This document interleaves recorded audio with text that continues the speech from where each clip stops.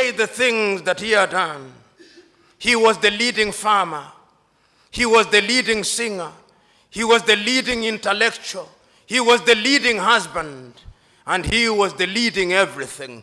We had monsterized our leaders, and they became immune from any kind of advice. Meanwhile, the African was suffering. The African woman who thought that upon attainment of political independence, she would now deliver in a decent hospital, was still the victim of a village midwife. The African woman was suffering. The African woman who thought that they would now get water in a tap in their homes was still running 5 kilometers away to get water. Meanwhile, our monster leaders were laundering their clothes in France and in Paris. The African woman who thought that they would go to Kariakoo market here in Dar es Salaam or Owino market in Kampala, Uganda, and get all the goodies could not get them because meanwhile, the Minister for Agriculture had agreed that bad seed be supplied, and meanwhile, we were getting mangoes from Europe. The African woman who thought that they could have food on the table could not have food on the table. We had killed all our sugar industries that we may have sugar from Brazil and Mexico. And the African youth was no different. The African youth who thought that upon realization of independence, there would be occasion for them to get employment was now being humiliated at the embassies of the United States of America as he struggled to get the almighty green card.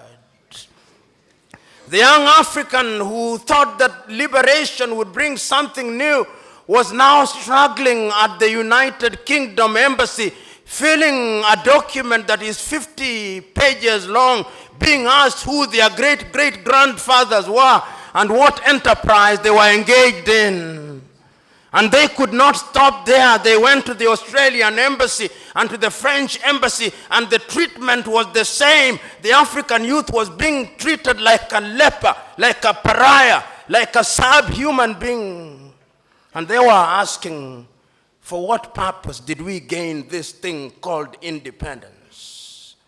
And those who are not humiliated in Gambia, in Nigeria, in Niger, were crossing the Red Sea, swimming across the Mediterranean to go to Italy so that they may be enslaved anew.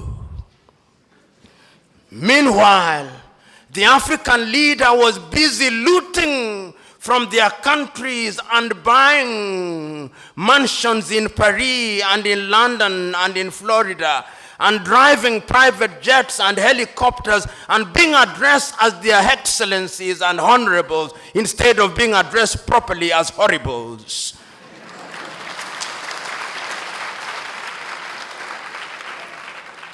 Hygiene had disappeared in African politics.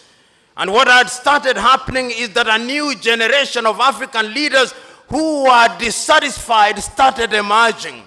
And one need only look at Africa in the 1980s when we begin to see the emergence of a new crop of leaders who are saying, this is not what we fought for. And I can remember so very vividly Ethiopia's Meles Zenawi in 1984 abandoning his medical studies and pursuing the Deg regime of Mengistu Haile Mariam, and he removed Haile Mariam. And there is a sense in which some hygiene has been reintroduced in Ethiopia. And I can remember here, God works in strange ways.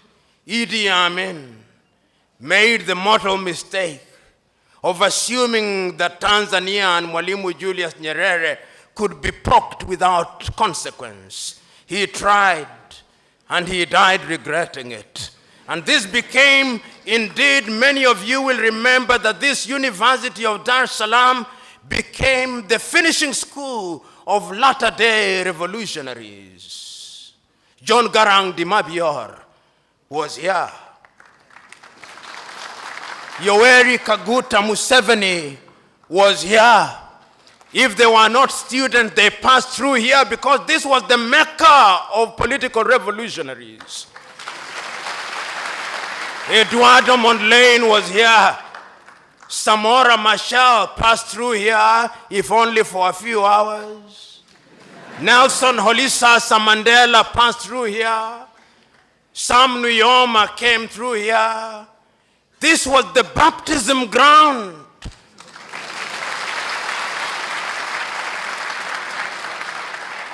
And the high priest was Mwalimu Julius Kambarage Nyerere.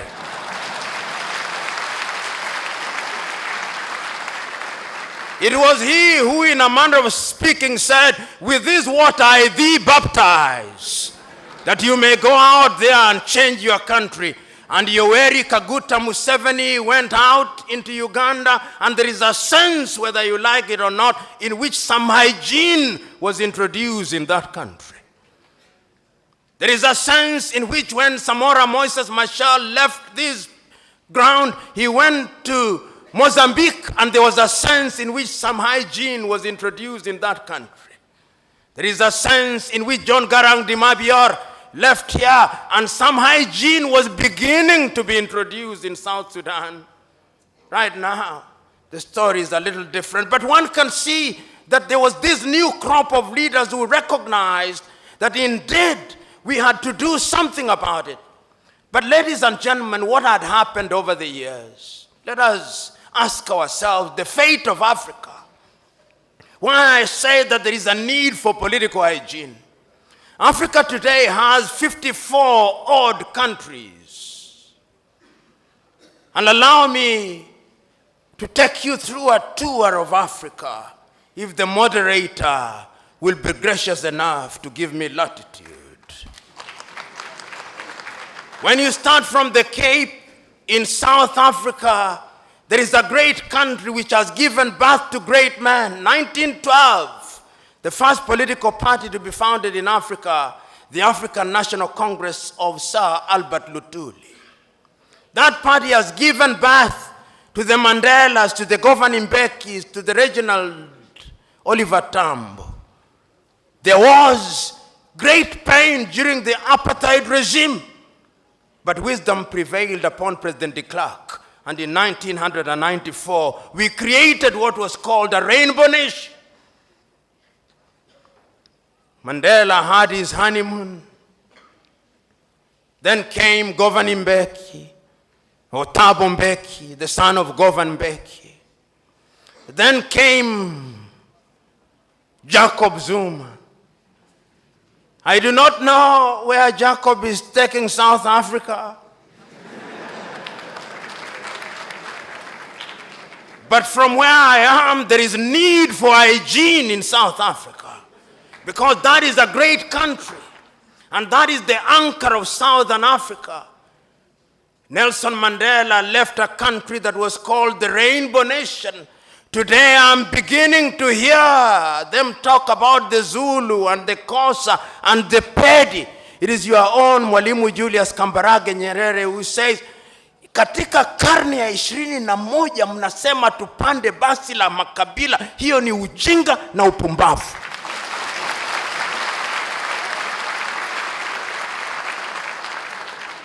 Then there is another country, because there is need for hygiene in African politics. And when one talks about hygiene, one wants to see improved agriculture. One wants to see improved infrastructure. One wants to see improved education. One wants to see that the quality of the life of our women and children is improved. And you go to Namibia, there is a sense in which there is some hygiene there. If only the land question could be solved, that would be a country that is worthy, is moving in the right direction. One can begin to see that. Then you move to Angola, that unfortunate land of Agostinho Neto, and you will remember Holden Roberto and Jonas Malheiro Savimbi. There is a sense in which that country was traumatized. I'm happy to note that President Dos Santos now says he's going to retire in 2018. My only concern is that he is sick now, and he is seeking treatment in Madrid, Spain. Why don't they have a good hospital in Luanda, Angola? After you've been a president for 20 years, you are going to another civilization to treat you. There is a sense in which there was lack of hygiene. Then you go to Botswana, that great country. In 1966, Botswana was a backwater country with nothing but courtesy of an individual who knew that hygiene depended and required that you improve the quality of people's lives. Sir Seretse Khama. And you know, when you have hygiene, even the politics becomes hygienic. And you realize that politics is not a life and death issue. That politics is a question of the competition of ideas. I've just read a Tanzanian newspaper here which I thought was very insightful. Siasa ni kupambanisha hoja sio vioja. And there is beauty in that. And Nyerere put it even better in much more eloquent Kiswahili than I can master. He said, kwanza tutambue ya kwamba ikulu ni mahali patakatifu. But I'm still talking about Botswana, Seretse Khama, Ketumile Masire, Festus Mohai, and Ian Khama. They now know that politics is not life and death. That is a country where there is hygiene. For those who are Afro-pessimists, who think that nothing is happening in Africa, something is happening. They are monsters, but they are also angels. But did they not exist like that even in the heavens? Lucifer alongside Michael and Gabriel? It would appear that as it is in heaven, so it is on earth. And if you go to Mozambique, you can also begin to see that there is a problem there, but there is an attempt at hygiene. You go to Zambia, that is another country, Kenneth David Kaunda. On the day that he left office, Kenneth David Kaunda had only $8,000 in his account. If you ask your typical African Tanzanian councillor today, before Magufuli came in, that was pocket change. After 24 years in power, $8,000 only. Those are people who love their country and sacrifice. There is a need for hygiene in Zambia. It is the only country in the world that I know where when an opposition leader blocks a motorcade, it does not become the offense of obstruction, it becomes the offense of treason. Unprecedented in the world. Hygiene is necessary in that country. And I look forward to hygiene being introduced. Then one comes to Tanzania.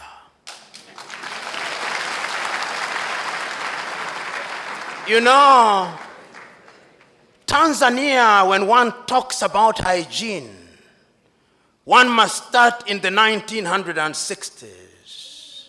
One must remember the Arusha Declaration and the nobility of the intentions of Mwalimu Julius Kambarage Nyerere. And that is why many of you may not know, but at one time it was suggested that he be made a saint of the Catholic Church. And the reason was very simple. This was a man who had ideas. This was a man who had clarity of thought. This was a man who could see the future almost with the exactitude of a Jewish prophet. This was a man who had the humility, almost like the humility of the carpenter of Nazareth. This was a man who loved his country. He made mistakes, and when he made them, he realized and corrected them. That is his greatness.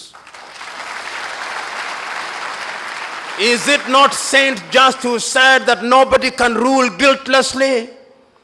This is a man who found 120 plus ethnic groups and welded them into one nation, so that Tanzanians speak with one voice. You know, if you look at Tanzania and you ask your typical Tanzanian, what was the ethnic extraction of President Kambarage Nyerere? They do not know and they do not care. If you ask Tanzanians what was the ethnic extraction of the second president of Tanzania, Mzee Ali Hassan Mwinyi, the Tanzanians do not know and they do not care because it does not matter.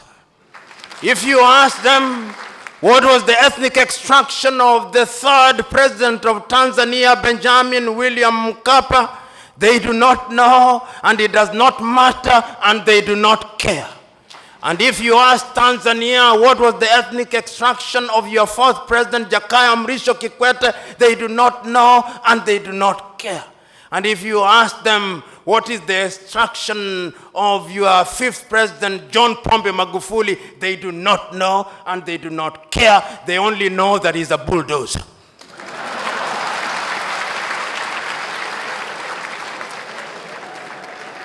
But you go to my country, Kenya, God save my country.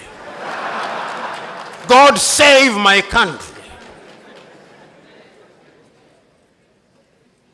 When you meet your typical Kenyan and you introduce yourself as John, they'll ask for the second name, not that they may know your full names, but that they may identify you with your ethnicity and pigeonhole you accordingly. When you go into that country, which is a great country in prospect, but which is being destroyed by negative ethnicity, you ask them who the first president of Kenya was, they'll tell you it was Jomo Kenyatta and he was Kikuyu, and we care. We want our Kikuyu president. And if you ask them who was the second president, they'll tell you it was Daniel Arap Moi of the Kalenjin extraction, and we cared because it was our turn to eat.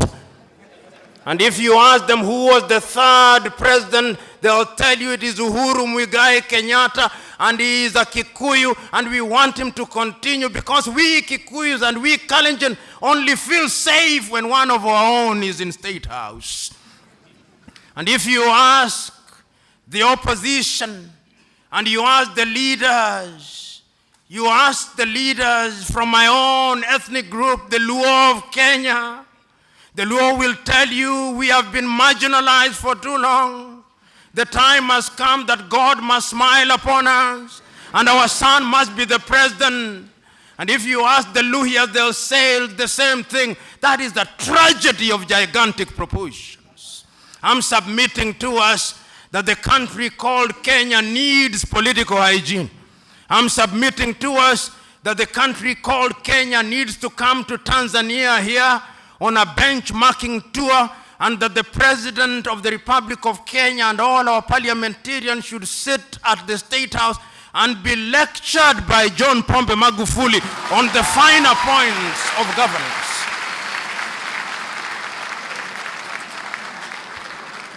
Of course, Mzee Warioba will be there, and other stalwarts will be there. Salim Ahmed Salim will be there. Great Tanzanians will be there. And Nyerere will remind us, katika karne ya 21 tupande basi ya makabila, ujinga na upumbavu, because it can destroy a nation. There is need for political hygiene in Kenya. Right now in Nigeria, the Igbos want to secede, and they are being warned by the Yorubas and the Northerners. There is need for political hygiene. But let me also say one of the things that relates to hygiene. Aside from negative ethnicity, there is another thing that has killed Africa and taken away political hygiene: corruption. You know, it would appear that we of the Negroid blood relate very poorly with this thing called money. Money is a useful facility that enables you to do things with ease. But if you allow money to control you and you begin to adore money and you acquire appetite for money, then you are in trouble. And I want to submit to us that Africa is the only continent in the world where upon appointment into political office or upon ascending to the political office, it's as if you have won a lottery ticket to sudden wealth. In Africa, when you are appointed a minister, even the newspapers will say if you are appointed to the Ministry of Finance, he's been appointed to the lucrative Ministry of Finance. If you are appointed to the Ministry of Agriculture or Mining, they say you've been appointed to the lucrative Ministry of Mining. But when you are appointed to the Minister of Culture, they say you've been appointed to the lean Ministry of Culture. In other words, there is a sense in which institutions in Africa appear to believe that he who gets into public office has a license to be a thief. And if you look at many African countries, many African leaders cannot account for their wealth. They have stripped their countries naked. You know, when I look at some of the great leaders of Africa, some who will not be remembered so very fondly by history, I regret. Robert Gabriel Mugabe of Zimbabwe. Nyinyi Waswahili mnasema wali wa kushiba huonekana kwenye sinia. In 1980s, when Mugabe took power, it was said of him that he had the largest number of degrees of any leader in the world, and he had degrees. It was said that he was a passionate revolutionary, and he was a passionate revolutionary. It was said that he had liberated Rhodesia, renamed Zimbabwe into a great country, and for the first 10 years he did a good job. Then something happened. Different commentators have different ways of saying. Some of them say that Sally died and he married Grace and it has never been the same again. I do not know. Some of them said that he became a prisoner of some of his comrades. I do not know. But the only thing that I know is that all the historical dividends he had accumulated have now been squandered. Why? They have been squandered because Robert Gabriel Mugabe now presides over a country where there is 90% unemployment. Robert Gabriel Mugabe now presides over a country which does not have a currency but has a central bank. This is unprecedented in the history of modern civilization. I'm submitting to us that corruption has been at the very heart of the destruction of Africa. That is why we do not have roads.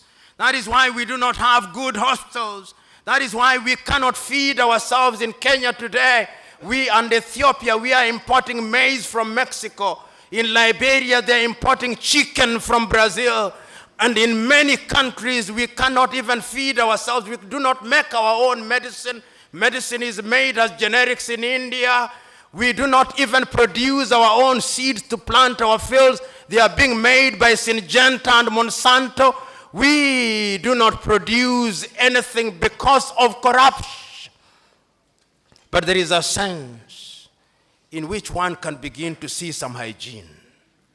There is a sense when I arrived here in Dar es Salaam, and I look at the newspapers and I see a white gentleman having flown into Tanzania in a private jet from the company called Acacia, goes into State House in Dar es Salaam and literally almost saying, mea culpa, mea maxima culpa. Nimekosa sana, nimekosa sana, nimekosa sana. And President John Pombe Magufuli as if he was a Catholic father saying, nimekusikia mwanangu, nimekusikia mwanangu.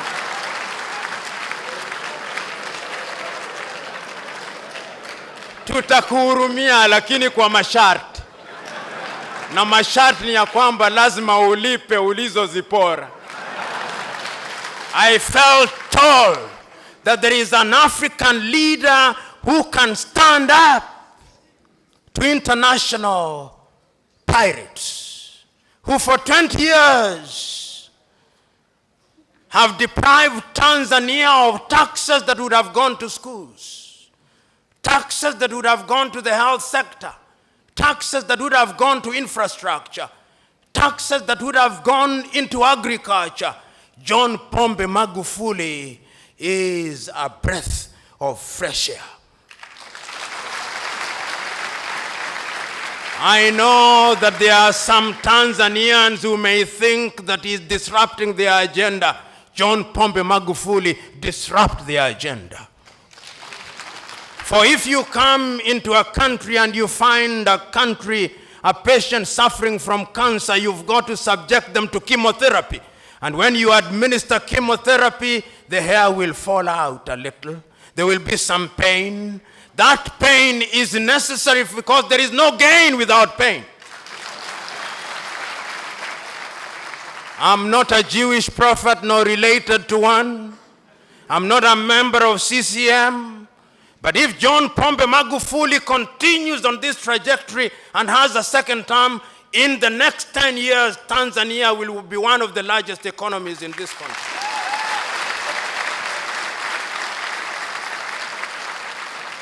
God save John Pombe Magufuli. You know, I was reading a tweet and some American is saying, bring us John Pombe Magufuli. And I was in Kenya and I said at one time that we need to Magulify Kenya. In other words, there is a sense in which a new English word can be found, the Magufulification of Africa. In fact, I dare say that even my own paper, instead of calling it a call for hygiene in African politics, I would say the Magufulification of Africa. And I would still be right. But the whites say that one swallow does not make a summer. There are other good examples in Africa of the beginning of the introduction of political hygiene. Ian Khama in Botswana. Ian Khama in Botswana, it is said that a minister in his government went to him and said, I've been named in a scandal, Your Excellency, help me. He told him, there is nothing that I can do. The individual went to his rural home. The following day, it is reported that he had committed suicide. I'm not a sadist, nor do I intend to be one, but if there are such individuals, I want more suicides. Ian Khama is yet another breath of fresh air. Paul Kagame of Rwanda, 1994, the United Nations turned away the Rwandese within 100 days. Anything between 800,000 and 1 million Tutsis and moderate Hutus were killed even in churches. Then there came a tall, lanky man, Paul Kagame, and his comrades in arms. I was there 2 days ago, and one of the best drives out of any airport in the world is to be found in Kigali, in Rwanda. And you can see, so that those who thought that Africans cannot do it, our color is innocent. The Negroid, the dark color is innocent. It is not in our DNA. No. What happens is that there are some within our ranks who are errant, who must be punished. One can go on and on, but even my own good friend Yoweri Kaguta Museveni found a dilapidated Uganda. And even if you say that Yoweri has now stayed a little longer, there is a sense in which history will remember him fondly. One can go on and on, but one must also remember that lunch must be served. And if one remembers that lunch must be served, one must also remember that there is the law of diminishing returns. And one must also remember that one must now grow to their conclusion, even as they are talking about a call for political hygiene. So I'm submitting to us this morning that Africa can be great and Africa must be great.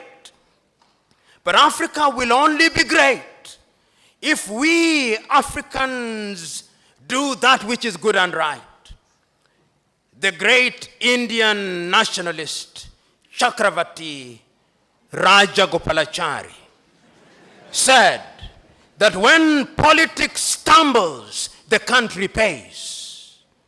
So the first thing that we must do is to introduce hygiene in our politics. And now that I'm in Tanzania, the first thing that we must do is to Magufulify our politics. I know that there is a Kiswahili saying, mgema kisifiwa tembo litia maji, and I'm conscious that one of the names of President Magufuli is Pombe. But I have no doubt that President Magufuli will remain on the right course. As you say here in Tanzania, atabaki kwenye njia kuu hata chepua. I'm suggesting to us that we introduce hygiene in our politics. Which means, and Mzee Warieba will remember when we were talking about the Constitution, Africans must begin looking at their Constitution, and they must be constitutions which address the African environment. You know, there was a time after the fall of the Berlin Wall when European powers from London, Paris, Madrid, and Washington told us that democracy is equals to multi-party politics. Democracy equals to this. I now hold the view that while plurality is a good thing, a constitutional review gives us an opportunity to come up with homegrown solutions.